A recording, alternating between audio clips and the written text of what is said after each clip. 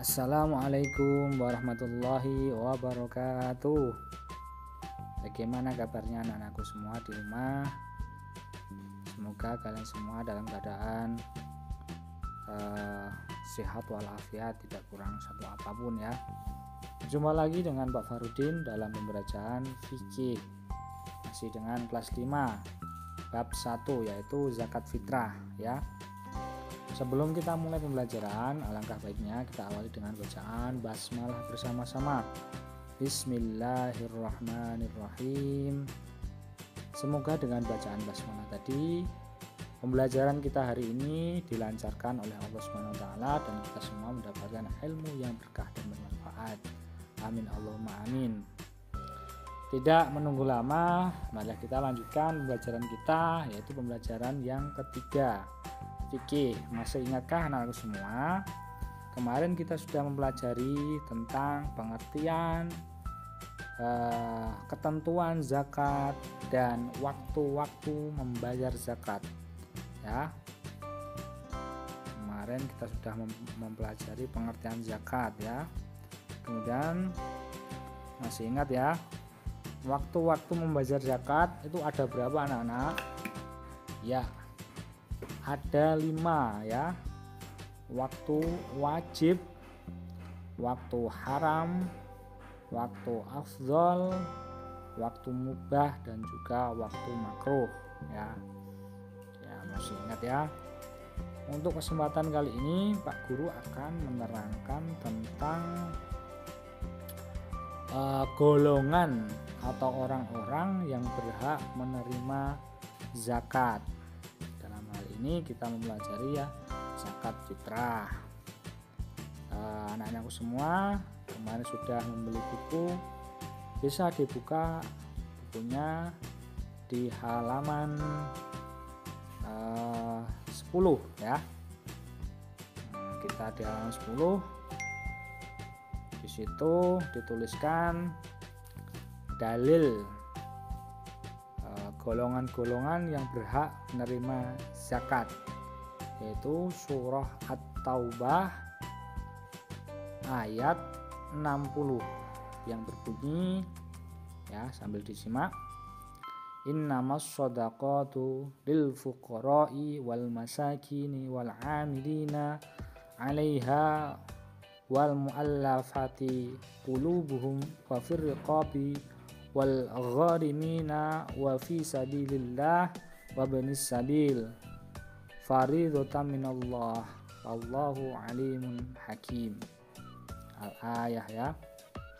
Sesungguhnya zakat itu hanyalah untuk orang-orang fakir, orang miskin, wal amilina, dan amil, kemudian yang dilunakkan hatinya atau mu'alaf, kemudian untuk memerdekakan hamba sahaya, untuk membebaskan orang yang berhutang, untuk jalan Allah, dan untuk orang yang sedang dalam perjalanan, sebagai kewajiban dari Allah.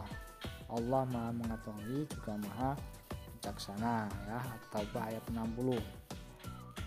Ini kalau ada ditanya golongan apa saja yang berhak menerima zakat, itu diterangkan dalam surah apa? Jawabannya adalah surah At-Taubah ayat 60. Nah, 8 golongan itu sering disebut sebagai 8 asnaf ya. 8 asnaf itu apa saja yang tadi diterangkan dalam ayat. Yang pertama adalah fakir, adalah orang yang tidak memiliki pekerjaan dan masih kekurangan dalam memenuhi kebutuhan pokoknya ya. Dia tidak punya harta untuk memenuhi kebutuhan walaupun dalam satu hari itu ya, itu namanya fakir ya. Yang kedua miskin ya. Perbedaannya fakir dan miskin adalah kalau miskin dia hanya cukup memenuhi kebutuhannya untuk hari itu, tapi untuk hari selanjutnya dia tidak memiliki harta untuk memenuhinya ya. Seperti itu bedanya fakir dan miskin. Yang ketiga adalah amil. atau panitia zakat, orang yang mengelola, mengumpulkan dan membagikan zakat. Yang keempat adalah mu'allaf, orang yang masih lemah imannya karena baru mengenal dan menyatakan masuk Islam ya. Tidak peduli itu mu'allaf itu kaya atau miskin, ketika dia baru masuk Islam maka dia berhak menerima yang namanya zakat ya. Kemudian 5, rikob atau budak ya. Budak kalau zaman sekarang dan ada budak ya, kalau zaman dulu masih ada budak hamba saya yang memiliki kesempatan untuk merdeka tapi tidak memiliki harta untuk merdeka ya, itu berhak menerima zakat. Yang keenam adalah gharim, orang yang memiliki banyak hutang sedangkan dia tidak bisa melunasinya ya. Kita garis bawahi ya, di sini hutangnya bukan karena maksiat ya, tapi hutang karena untuk misalkan kebutuhan, memenuhi kebutuhan keluarga, atau berhutang karena untuk menyekolahkan anak, berhutang untuk hal-hal kebaikan itu boleh. Tapi kalau hutang karena misalkan judi, karena main poker dan lain sebagainya, judi online, tidak bisa ya, tidak berhak menerima zakat. Kemudian yang ketujuh adalah fisabilillah. Kalau menurut bahasa fi itu di dalam, sabilillah jalannya Allah, itu orang-orang yang berjuang di jalan Allah sedangkan dalam perjuangannya tidak mendapatkan gaji dari siapapun, atau dia memiliki gaji tapi sedikit ya. Bolehlah misalkan para muadzin, marbot masjid ya, para ustadz, pengajar TPQ, TPA boleh menerima yang namanya zakat. Ataupun bisa, kalau mungkin bisa guru honorer ya, boleh karena gajinya sedikit, boleh. Atau misalkan relawan-relawan yang berjuang jalan Allah boleh menerima zakat. Yang kedelapan adalah ibnu sabil.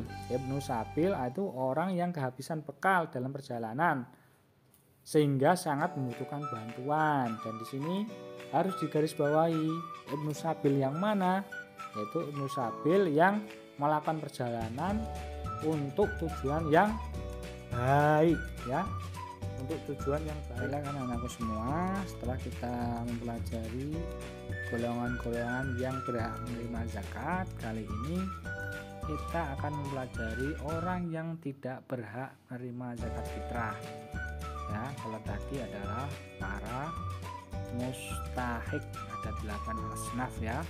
Kalau sekarang orang-orang yang tidak berhak menerima zakat ya.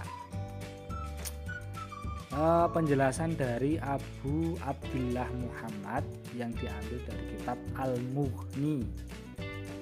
Mereka-mereka yang tidak berhak menerima zakat adalah orang kaya dengan harta atau kaya dengan usaha dan penghasilan, itu tidak boleh ya.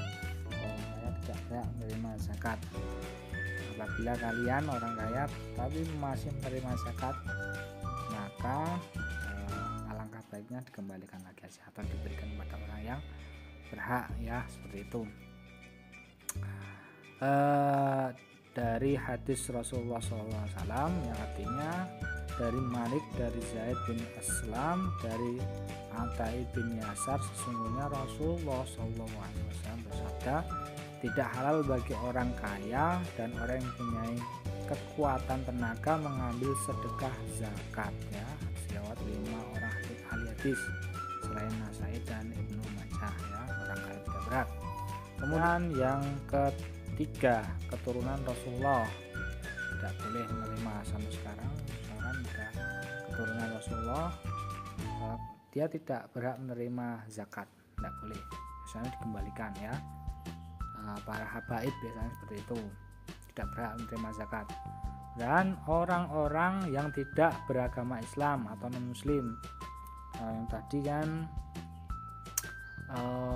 mualaf, sudah masuk Islam, itu boleh. Tapi kalau masih non muslim tidak berhak menerima zakat. Yang kelima adalah orang yang tercukupi nafkahnya oleh orang yang menanggungnya, misalkan suami menanggung istrinya, kemudian misalkan orang tua ditanggung sama anaknya yang sudah sukses, itu tidak berhak menerima zakat. Orang yang dinafkahinya, ya seperti itu, misalkan suami, misalkan ayah menanggung anaknya, ya seperti itu.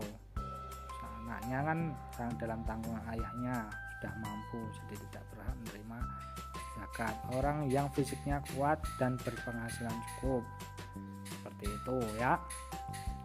Demikian pembelajaran dari Pak Farudin tentang materi golongan-golongan yang berhak dan yang tidak berhak menerima zakat. Semoga ilmu yang kita dapatkan hari ini bermanfaat. Sekian, wa'alaikum minkum, wallahumma fiq ila aqwamit thoriq. Wassalamualaikum warahmatullahi wabarakatuh.